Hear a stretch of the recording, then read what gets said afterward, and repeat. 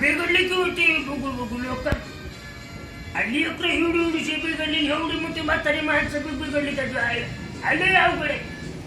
अरे मी तर एक दिवशी टीव्हीच बंद करून टाक. एक दिवशी बघणाच केली ना टीव्ही. आपल्याला टेन्शन येते आतलं बघितलं की. आपल्याला आवडत नाही आतलं बघितलेलं. अरे असू दे बाबा, आता दुनिया तसली निघली तर बघावं लागतंय कधी कधी आपण सुद्धा थोडं